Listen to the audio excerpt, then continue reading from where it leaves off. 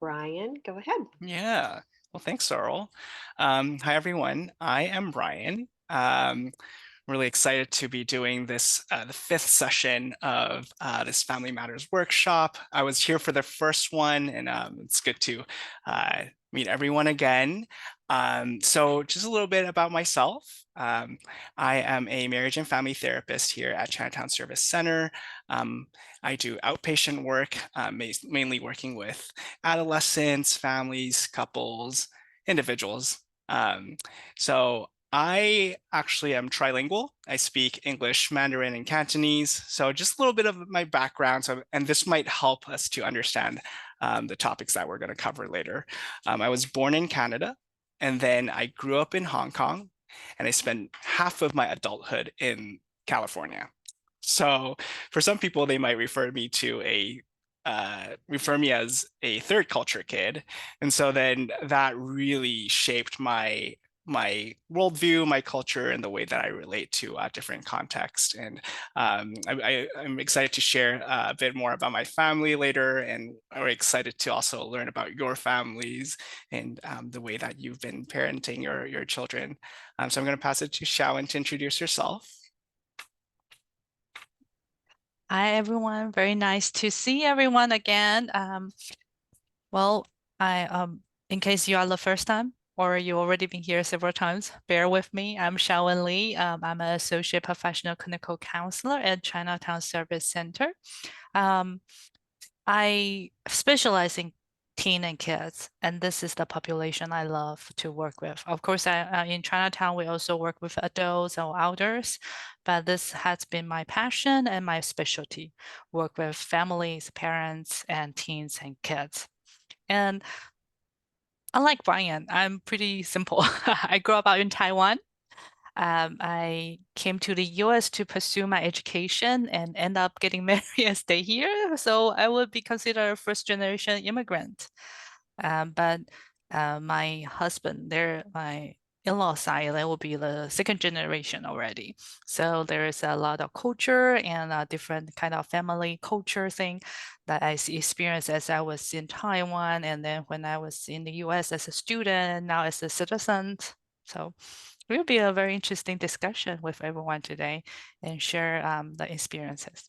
I Okay. do want to mention that Shawan is a mother herself with an adorable daughter. How old is your daughter again? She's 5.5, Yeah. and she's almost getting her birthday, or still a few months away, but she's already planning. Wow. Yeah, I know, right? Okay, so let's go over the agenda today. So first, we would still like to get to know your family, especially how many kids you have and what's your kid's age. And please feel free to put in the chat.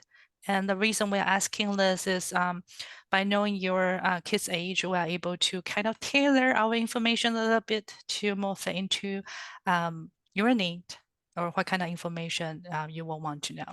Okay.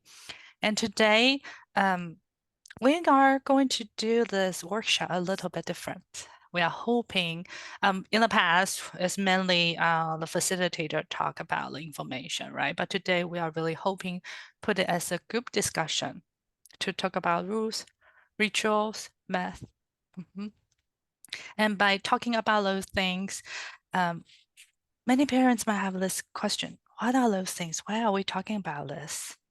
Why do we have to talk about this? This is kind of a new thing that parents hear, right? We talk about parenting, we might talk about child development or communication. What about those things? Okay, so the reason we want to have a specific workshop to talk about the three things is like first, and we want to help parents by talking about those to reflect your own original family, your own childhood, what kind of value, what kind of structure you got from your parents, right? And then furthermore, we reflect on our own parenting right now, what we want to pass down or what we don't want to pass down. And also by specifically, intentionally discuss this, think about this, we have that more increased awareness, what kind of stuff I want to unite my family together to create a stronger bond. Okay, so that's why we're talking about rules, rituals, and math today. Okay. So first, definitely we are going to have Q&A and we are going to talk about the resource, especially the service Chinatown now is providing for parents. Okay. The first thing we are going to give Brian. Hmm. Yeah, so just taking a look at the chat, looks like we have parents of children ranging from as young as 6 all the way to college. That's very exciting. So that's a wide range and mostly middle schoolers actually. Yeah, so like Shawan said, rules, rituals, and myths are kind of what makes our family unique. It's what makes a family as well, right? That we have our own unique set of expectations or culture, yeah. So we're gonna start with rules. So it's pretty self-explanatory. We kind of know what rules are, but a family rule is a specific and clear statement about behaviors you expect from your child or even from an adult, right? So there are certain rules that we have learned from our childhood.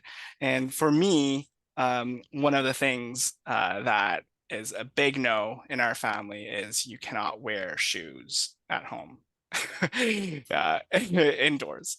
So that's a rule that it was very clearly stated, and there are consequences if you do not follow. You can only wear like house shoes, slippers at home. You cannot be bare feet. So that's one of the rules that I've learned from my parents or even my grandparents. And that's just like a very commonly shared rule actually among many Asian API families as well. Um, so that's just an example. Another example would be like, oh, you got to, clean the plate. Don't leave any leftovers on your plate. Um, or and we kind of bring our own rules from our families of origin into the family of choice, meaning the family that we have formed. So we're really curious to know what kind of rules you have come up with your partner, what rules exist in your family, particularly for those that are maybe coming from like two very different family backgrounds, like interracial families. What would that look like? So we want to have a bit more of a discussion. It's going to be a little bit more interactive. I see in the chat that we have around like 12 people, and I think we can just like open up the discussion right here and just hear from everyone and yeah, just interact with each other. Um, so what are some rules that you've noticed in your family? And we encourage parents to also think about your own childhood, what kind of rule you must follow, and you actually carry on right now for your own family, right? Or the rule you think, I don't want it anymore, so there's no longer a rule in my own family. Mhm. Um, the rules that we have in our family are kind of broad umbrellas, Mhm. but a lot of expectations fall under those umbrellas. So they are: be safe, be Mm. kind, be honest. Love Um, that. and so, I mean, safety, for example, that can include a lot of things. For example, wearing a bike helmet, which has become, a point of contention lately now that, like middle school and high school, Hmm. sometimes he sees kids aren't wearing helmets, and that's been one rule that I have just never been willing to waver on because it really is a matter of safety. And I tell him Mm. things like, it's not you I don't trust, it's the other people.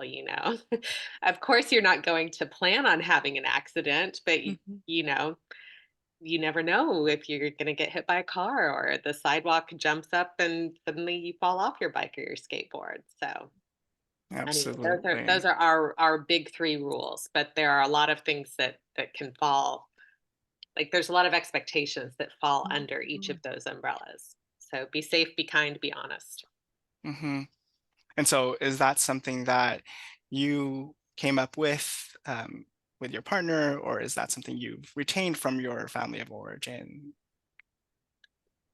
I mean, no, it was definitely something that my partner and I came up with, my Hmm. my son's father and I, and then also even with our son Mm-hmm. because I think so he has anxiety and ADHD, and I Mm-hmm. think he felt like we had too many rules.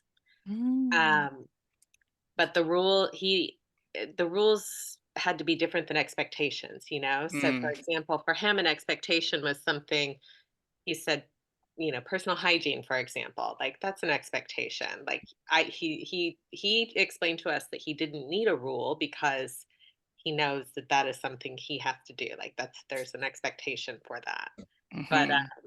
but then the other things, like for example, wearing a helmet, that is a rule, and Mm-hmm. not every family has that rule. I feel like elementary ages, you definitely see a lot more helmets, but you don't necessarily see, middle schoolers or high schoolers wearing helmets as well.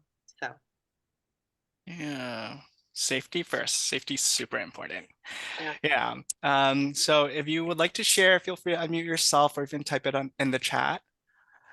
Um, and I'm just really curious to know because kids these days have access to the internet and like to technology. Like, are there any rules that you have formed, established in your family or communicated with your child or children about screen time or use of the internet?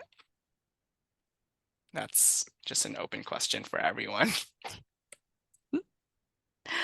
yeah, actually, my since I mentioned my daughter is only 5.5, right? So our rule is you only have one TV day per week. Hmm. Yeah. How did she respond to that? Well, of course, in the beginning,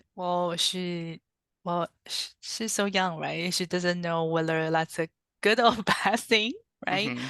But as she get in touch with more people in school and having more kind of idea about what TV is about, what she can see, of Hmm. course, there's a period of time she still want to have more. And sometimes Mm, she will even negotiate, right? What if yeah, I do this or that? Then can I do a more TV day or something like that? yeah, Uh-huh. yeah. So I wanted to say that rules work best when there's consistency, Mhm. predictability, and follow through. Yeah. And just like laws are laws, rules are rules. They're not negotiable, right? Hmm. Sometimes you can have a discussion about that and then come to a compromise or an agreement Hmm. before establishing it as a rule. But as parents, it is really important to keep it consistent and follow through with the rules that Yeah, you gave. definitely. Hmm. For example, the TV day for her is actually every Wednesday.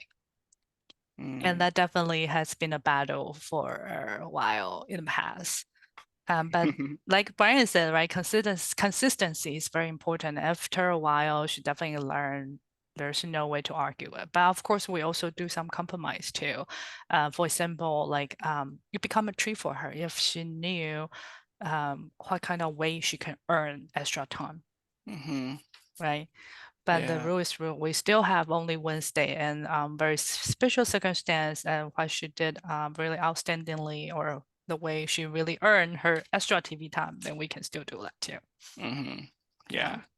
It's all Um, about agreement, I think, even for a 5-year-old, right? We still do that agreement, negotiation, discussions. yeah, absolutely.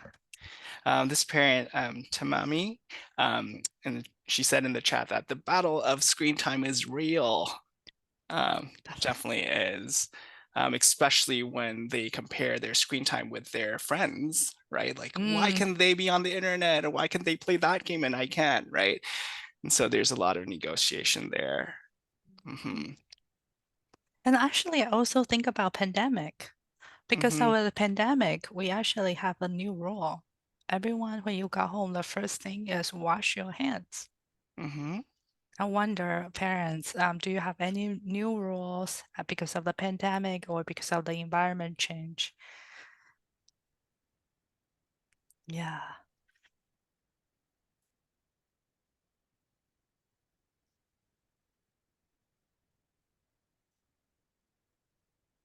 Any thoughts around home rules? Okay, you have another Uh, parent who said, stay away from grandma when you are sick. Okay, yeah. So it's keeping other family members safe as well. keeping your body safe, TV only on the weekends, an hour and a half per day. We all get to work towards our house cleaning, loading the washer, cleaning dinner table, etc. Yes, take shoes off and wash your hands when arriving home. That's great. And you're delegating responsibilities, helping them with rules. You're helping them to learn good habits, right? Putting away stuff after dinner, helping out with chores.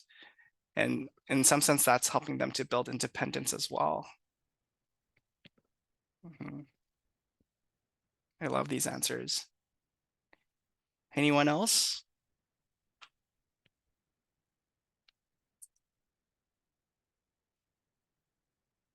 All right. So what do you think are some pros and cons of having rules?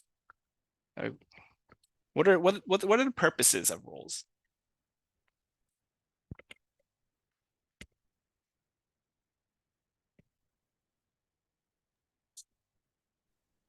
I think rules help help everyone understand what they can expect Mm-hmm. in any given situation. And I think that it also allows you to establish trust Yeah. between yourself and yourself and really all the people that you interact with, you know? Mm-hmm. Absolutely. Yeah. And this parent in the chat said structure, right? I think we do need to have structure, especially for children. A lot of experiences are new, and they're always being exposed to new stimulations, and they're quick learners, but they'll learn in a very effective way if there's structure, right? So they know how to navigate their different settings when they have structure. And so they know like what behaviors are okay, what's not okay, what keeps them safe, because parents do have more life experience than the kids. So we're in some ways, rules is a way for us to pass down our knowledge to our children. Yeah, provide clarity and expectations, predictability. Absolutely. Yeah. So there's a question. How do you enforce rules, especially when they start comparing with what their friends have and start pushing back? That's a great question. And I think this is when we need to start telling our children families are different. You know, house rules, family rules are different among different families, right? And I think we can first understand what frustration that they're experiencing, right? Try to attune to their needs first, attune to their emotions. And you can tell them like, I know it's really sad that you don't get, 4 hours of screen time a day. Yeah, it must be really frustrating, but this is our rule, as and list out the benefits that you see. Like, I don't want you to get like poor eyesight. I don't want you to, I don't want this to take away from time spending with family, and just educating them. Take that as a educational opportunity, and they will compare, and it's fine to compare. We don't have to blame them for comparing, but just normalizing that frustration, but still being firm in the rules. And I think it's also very important. I think for the parent, first thing, think about why you set up this rule, right? The reason you set up this rule, and explain this to your kids. That's actually a time for you to share your value, why you think this is important, and why you insist them to do this, right? And then from that point of view, then let them to understand every family is different, right? But of course, it's never easy. Like the mom in the chat said that, but there's kids will say, but everyone has one. What about me, right? That definitely we can validate their feeling, but also let them know not everyone has one, right? And I think that's the difficult part about being a parent is like those emotions we have to hold it for them. Sometimes parents have to be firm and hold those emotions, but not battle with them. I think that's the differences. Mm, Yeah. that's really good. Yeah. Okay. Okay. So are we moving on to ritual? Yeah, let's do that. Okay. So ritual actually is just the activities you do regularly as a family, right? So it's the family special thing your family do, and it's kind of telling people this is who we are and what we valued. Okay. So I'm going to give everyone some example of ritual. Ritual can be hand down from older generation, your grandparents or other relative, for example. I know some family open Christmas gift at Christmas Eve, but also some family I know they do it in the morning, right? So that's kind of different family, different ritual that passed down from generations. Or they could be a ritual that is more religious event related. For example, some family celebrate Christmas or Easter's, right? Those are family ritual also. And some could be more like a cultural event. For example, Halloween. I know some family, they celebrate Halloween, like the whole family dress up as a set or the same costumes. Now, my family, the last year for the Christmas, not Christmas, Halloween, we all dress up as dinosaur. And the year before, we dress up as unicorn. But my husband thinking he dressed up as a unicorn is too much for him. So he actually got a t-shirt called the Guard of Unicorn. Yeah, so it's kind of like a family rituals. And also some other examples could be like things only your family do, unique one. For example, the very unique special secret kiss you have with your kids when they are going to school, or like secret code word or nickname only your family share and you know what that means, right? That can be a ritual also. Or, sometimes we have some board games, but only your family have this special unique rules about the board games. Okay, that could be a family ritual also. And the ritual can also be a common interest within family. For example, maybe your family all look very interested in football. So in football season, everyone will just stay in front of a TV and enjoy a good game together. That could be a family ritual also. Okay, so there are a lot of things. And I'm curious, what's your family ritual? Maybe I can share mine. So in our family, whenever there's a birthday, instead of having cakes, we have noodles. So my Oh, grandma would always cook noodles, and it represents longevity. So whenever we're having noodles, we're like, "Oh, whose birthday is it?"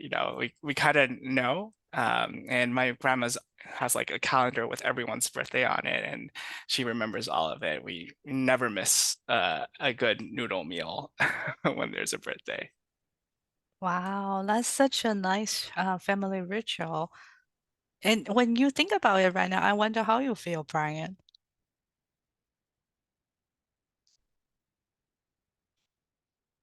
That it's just very specific to my family. Um, Yeah, okay. Brian, I don't know it's because of my internet or did everyone hear what Brian said a few I seconds think ago? it's my internet. Yeah. Okay.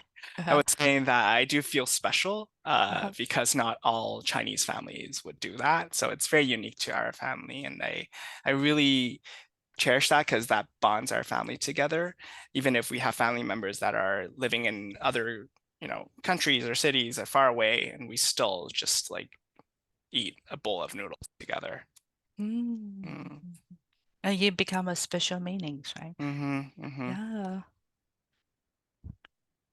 So Sorrel said, we do hand drawn cards for each other for birthdays or Oh, Mother's Day, Father's Day. They are my favorite traditional greeting cards. Love that. yeah. Especially right now, like I don't think a lot of people do hand draw cards, right? It's such a Yeah. good one. I love this one. Okay. I wonder, Sorrow, did you keep all the cards? Oh my goodness, I have such an incredible collection of them now. And truthfully, it started out with my husband and I when we first got married. We were Mm. so we didn't have a lot of money between the two of us. And so it was a tradition born out of necessity. But Mm-hmm. then we just kept doing it because we enjoyed it so much. And now, once our child came along, it continued. And like, both my husband and my son are incredible artists. I try my best, but they really are incredible. So yeah, there's a really just fabulous collection of cards, Mm-hmm. because they're over the course of 20 years at this point. Wow. I would Yeah, love to see the collection though. yeah, it's really Okay. lovely. Okay. Um, So there's also one parent that says, we go to family camp the same week every summer, or we get together every summer, East and West Coast families. Well, ah, mhm. okay. I cook my kids' favorite food for their birthday, and we all share what we appreciate about the birthday person. Oh, every Friday during dinner, we share what we are thankful for. Mm. Wow, that's so It's like very lovely. Thanksgiving every week, Yeah, every Friday. that's so beautiful. Yeah. Yeah. And we do a funny holiday card or video greeting every year. Yeah, I love all of these. Oh, yeah. It actually remind me, right? Because like for example, um, this is something I learned after I came to the US. Like I know a lot of family do Christmas card and Mm, dress in pajamas, right? mhm. I wonder any family doing this too. Like matching pajamas for Christmas. Yeah, they do matching Yeah. pajamas and take a picture and send out as a Christmas card. I didn't grow up with that. I did not do. That's But something I but learned. my sister Ah. moved to the US and she got married to an American and she started doing that. And it's really cute. Like every year they send we're always looking forward to those photos with a full family of like matching pajamas. Mhm, mhm. Hmm. Yeah, as we talk about this, I wonder, parents, are you realizing that those ritual actually are why we having those rituals? It's bonding family together, right? Oh, I love this one, making cookies during the holidays. Yes. Hmm. Uh-huh. Yeah. Also, any more ritual you would like to share? So in Chinese families, Chinese New Year is like way bigger than Christmas because they give out red envelopes with money in them. And we're told that we need to put these red envelopes under our pillows and it will give Mm. us like sweet dreams. So that's what we did growing up. I never really challenged that. I'm like, great, money. And I get to put it under my pillow and I sleep with money under my pillow. You know, it's very interesting how Taiwan share very similar traditions too. My family, my mom especially, and my grandmom will always remind us like you have to put your red envelope underneath your pillows. Uh-huh. Mm, Um, wow, this one is lovely too. We say goodbye. I love you every time we leave each other. Yes. Yeah, this is a good one. Oh, this actually remind me, I see, even sometimes we don't realize we have this ritual in the family, right? But in my family, my daughter now is doing the same thing too. We tell the person who are leaving, especially if they are driving, we'll say drive safely. mm. Mm. And that's funny because when my daughter learned how to speak and she can speak clearly, I never taught her this. She just learned and pick up on this. Yeah. Okay, but this, Wonderful. yeah, So, any more rituals, or should we move on to what do you Yeah, think, Brian? we can move on to myths. Okay, but I do want to talk about the pros and cons of the Sure. ritual. I'm wondering, so parents, what do you think? Mom and dads, what do you think about why do we need rituals? What's good about having family rituals?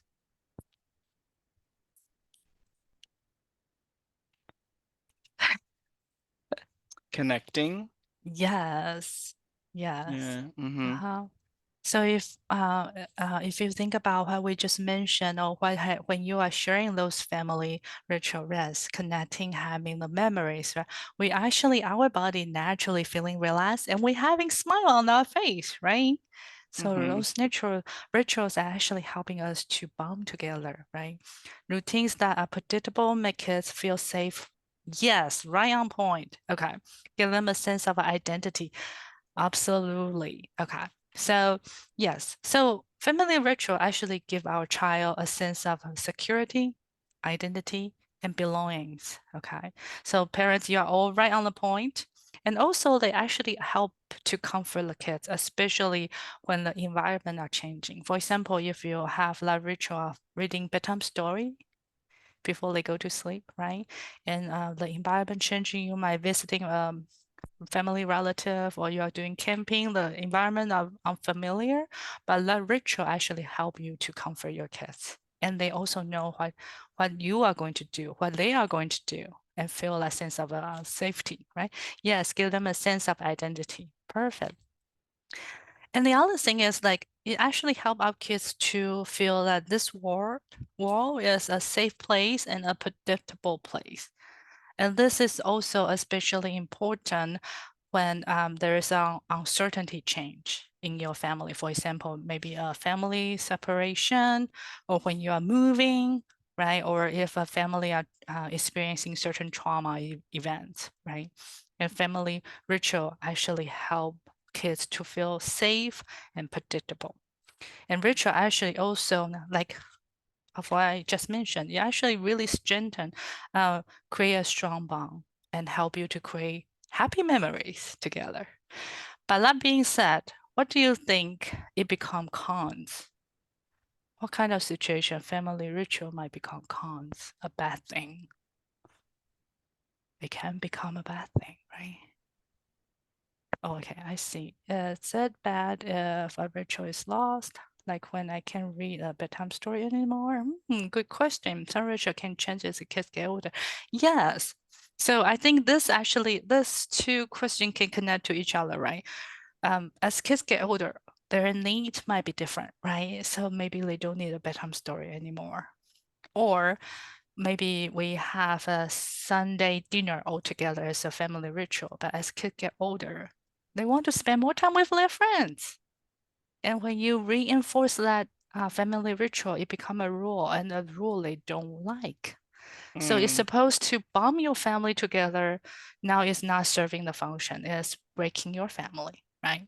So if your ritual is not flexible or move forward from time to time, it can become a bad thing, right? So I think that's something parents also have to be aware that ritual can be changed to serve their function. The function is bond your family together. Okay. Like Okay. having age-appropriate rituals, right? Yes, yes, Yeah. definitely. At some point, our children will learn that Santa or Tooth Fairy Yeah. may not be real. Yeah. Okay, so now let's continue. Yeah. Okay, let's move on to this last one, what we call family myths. So these are basically narratives that emphasize the family's collective values or even a culture's collective values and its position with respect to outsiders, people outside of our family or culture. All right. So some of an example would be like, how do we approach conflicts, right? Do we talk about it?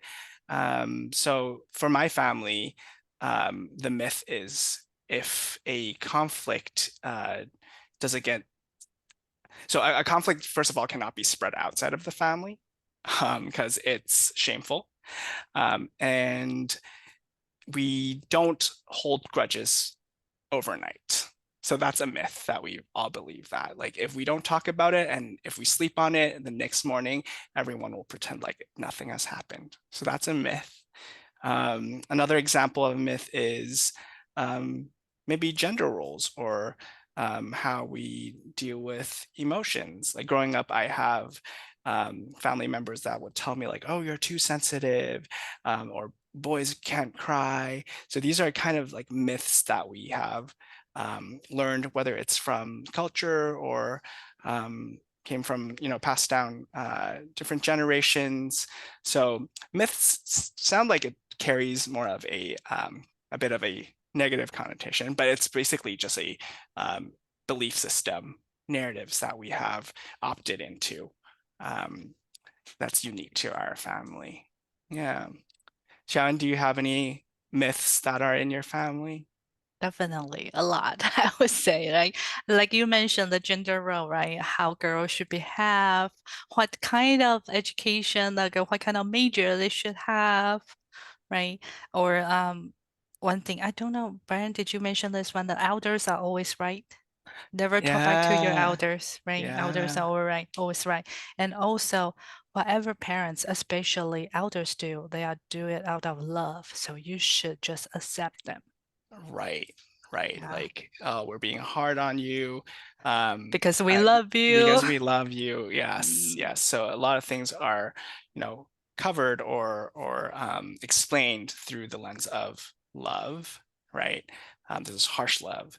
And so then you don't question whether your parent is doing the right or wrong thing because they love us, right? yeah. Yeah. Mhm. Hmm. So those are just some examples, but I would love to hear from all the participants here. What are some myths that exist in your family?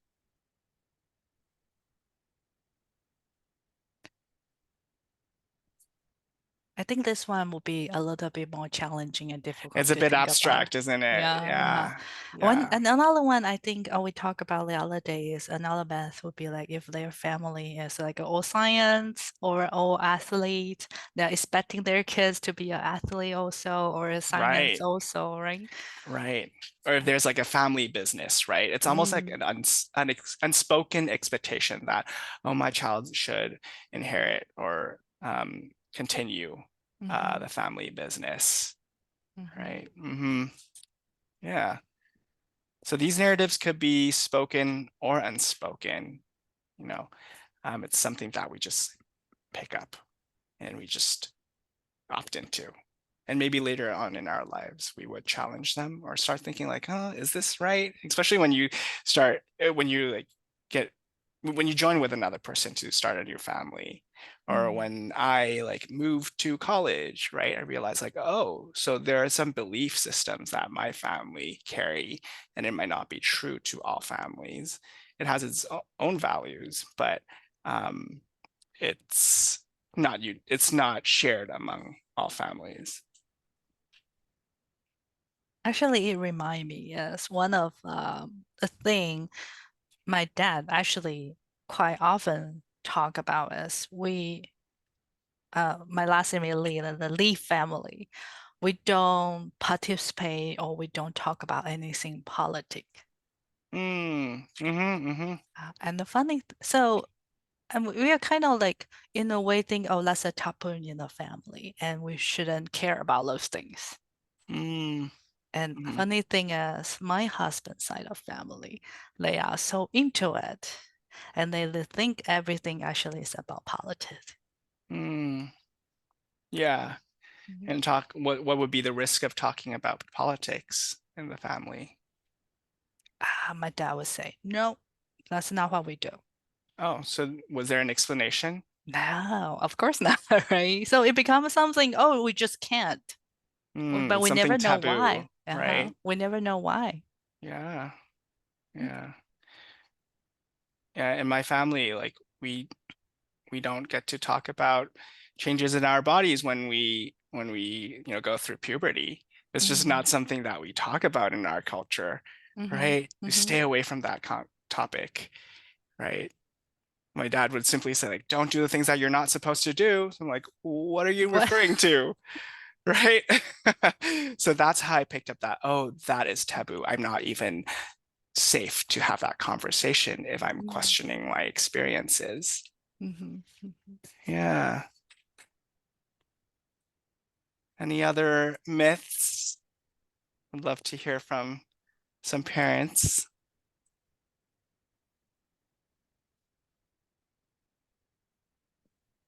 Or actually, I would like to ask parents, so when you think about those family myths or when you hear about those family myths, how you feel?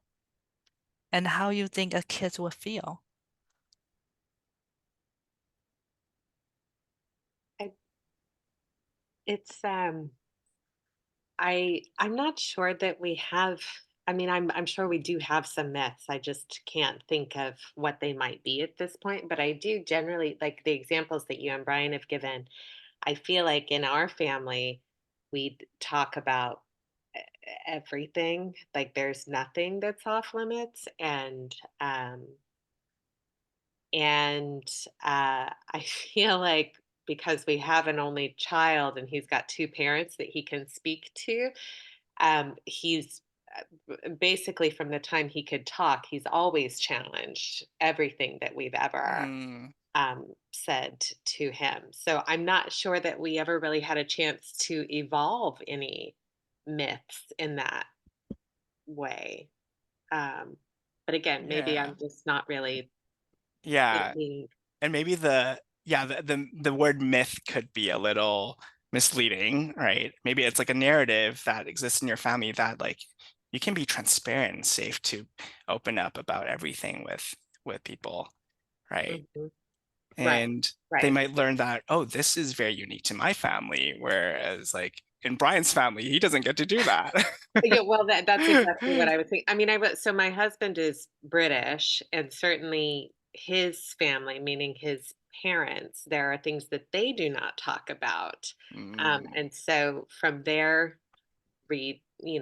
from their perspective, we are in quotes very American as opposed to their very British mm-hmm, sensibilities. But for our particular family, my husband, myself, my son, I'm not sure, but maybe we haven't evolved them simply because of the places that we did come from, and my husband knew that he wanted to be able to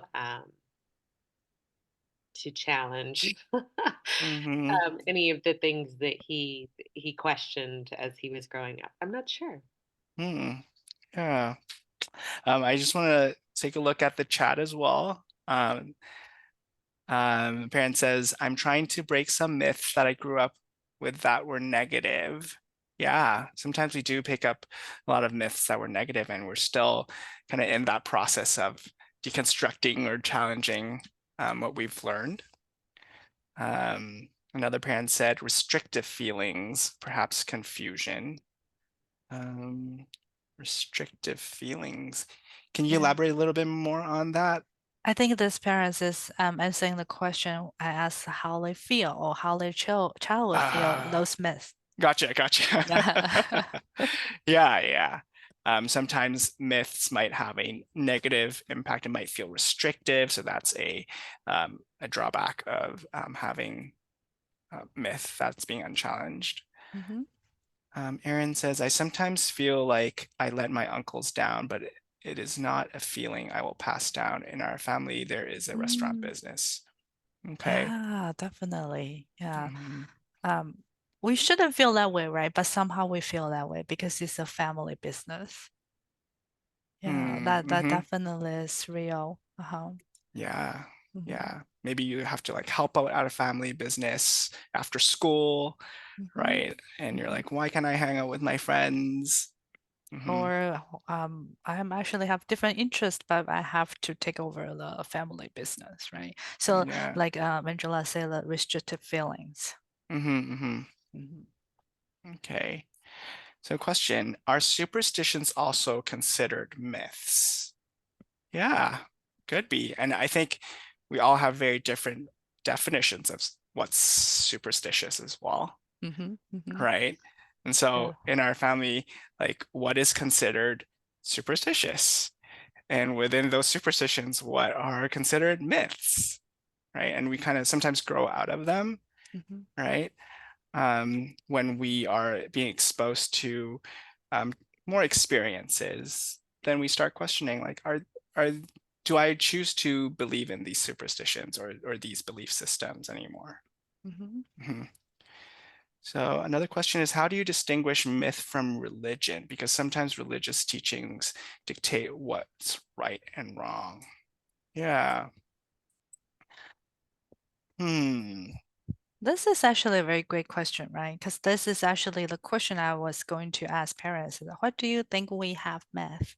As to what's the function they are serving, right? This actually relate to the following. We are going to talk about pros and cons, right?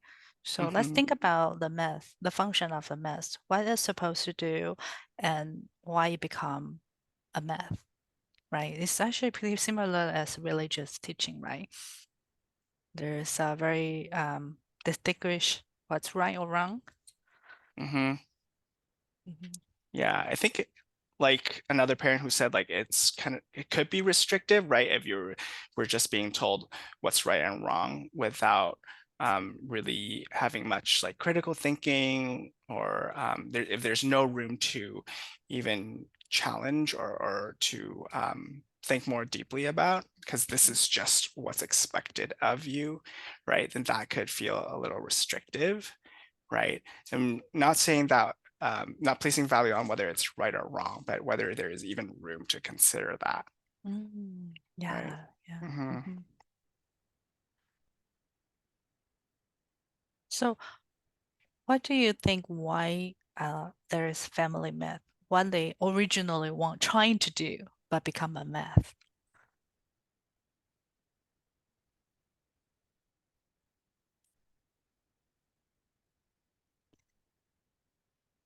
And Brian earlier you asked me why my dad don't want us to talk about politics as I grow older, Hmm. even though he never really explained to me. But I kind of, Mm, start guessing or trying to explore what's going on. And then hmm. I realized that because politics can be a very sensitive topic, especially in Yeah. Taiwan, and it can break family apart because Mm, everyone have different point of view and they can hold it very strongly against each others. So hmm. I'm guessing my dad, because he want to keep the family together, harmony, right? So we Hmm. don't talk about politics and we don't Mm, participate in any politic activities. mm, hmm. So he originally what his intention is to keep the family together, have that harmony, right? But become a mess. It actually serve different function, right? It Hmm. serve different purpose. It make us feel confused. Why? It make us feel restricted, and we never Hmm. have the chance to explore, Yeah. right? Yeah. Mhm. Hmm. Mhm. Um, just want to read out some of these Oh, those responses. are great. Uh-huh. Yeah. This parent said talking about mental health early, it's not something that's being talked about in Asian cultures. Yeah, definitely. Yes. Yeah. Uh-huh. Hmm. Just, toughen it up, Yeah, this is not something that you cannot push through. You just gotta be tough, Mhm. right? Um, and then this parent says like parents might think that they are protecting you by passing on these myths, or Mhm. maybe myth is to control behaviors, Could right? be, right? Mhm. Yeah, but it also could be a way of just strengthening the family value and bonding, Mm. right? Mm. Hmm. So I think the question today I would like to propose to all the parents is like, so how can we have a way to uphold the family value, protect our kids, but not controlling them and promote their independency and their house, right? So what's the fine balance we can have? Mhm. Okay. Um, do you think we have time to do Q&A, Brian? Yeah. Or I think parents I want to, actually already asked questions. yeah, and I do want to answer, like, share some of my thoughts by your questions. Like we said earlier, these rules, rituals, and even myths can evolve over time, right? As our kids grow older, maybe as teenagers, there's a lot of pushing back, right? They no longer find their identity in their family, but their friend group, or what they think is cool in the society, right? So there's a lot of negotiation, and it's evolving, and there might be some pushbacks of family rules, rituals, and even these myths. So you just want to make a note of that, that it's not something rigid, right? Because if it becomes rigid, then what would happen? Then it will create a lot of frustration. It will feel restrictive. I think what's most important of all is communication, right? Just making room for discussion to happen. You know, if there are too many rules as a child, like, oh, you cannot just run off to the street, or you cannot sit in the car without a seatbelt on, that's something like non-negotiable. But you can explain, right? And later on in life, if they have other things that they want to do, like, yeah, sure, we can have an open conversation about it, right? And I think the parents' role also evolves over time. Yeah. One of the parents says, I think it's tricky when there are two competing values, for example, social justice versus family. Yeah, I mean, it could be competing values to somebody. It might not be competing values to some other families, right? And so I think it all boils down to, is there room for discussion here? And Yeah. is there any understanding of each other's perspectives, right? Yeah. Great point. Okay. Thank you, parents. I really like our discussion today, and thank you everyone for actively participating and share your thoughts, share your family, whether it's rule, ritual, or a math. And you guys are right on point. Really great. I really love the discussion today. Okay, so at the end, since it's the last workshop, we just want to kind of take a few minutes to talk about Chinatown Service Center.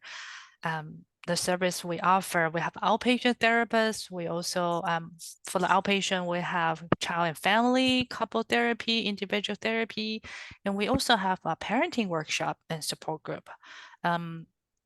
Personally, I'm running with another therapist where I'm running a group with your kids, parenting workshop. Brian, if you can kind of jump a little bit to Yeah. the next slide. So this workshop actually, we focus on reflecting your own childhood and how your own childhood impact your parenting right now, right? And also we also focus on the nonviolent intentional parenting. Okay, so parents, when you think about nonviolent intentional parenting, what are they? What are those things? Well, please come join us. Okay, this is one the parenting group we are running right now, and Brian also ran another one. Yeah, so the group that I've been running is actually facilitated Cantonese. So if you're a Cantonese speaking family, feel free to join. It's called Building Independence in Your Children. It happens on the first Monday of each month. So it's a virtual support group for parents with children who struggle with independence, or maybe they're like overly dependent, or they're very anxious, or just relying on their parents for a lot of their responsibilities. So this group is free for all participants, and we're hoping to have this group in other languages as well, English and hopefully in Mandarin. But yeah, if you have any interest, here's some of our contact. Here's our contact information, our website. And if you have any questions, and if you remember Nancy, who was here for the first session, feel free to email her with any questions that you have. Available in Cantonese. The Do you have? workshop you were just mentioning. Yeah, yeah. So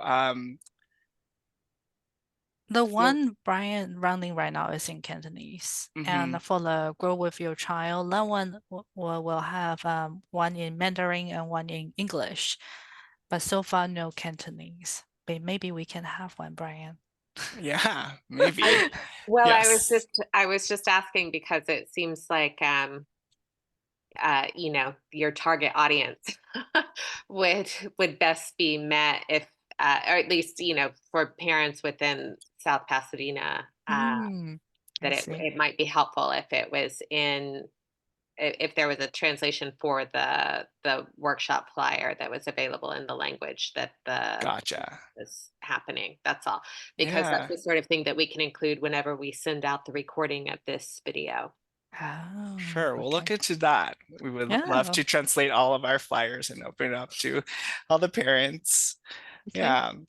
So Well, thank you for having us. Again, this is our contact information. If you ever want to refer your kids or even your family to our center for therapy, we're a great resource and would love to, offer our help Mhm. anytime.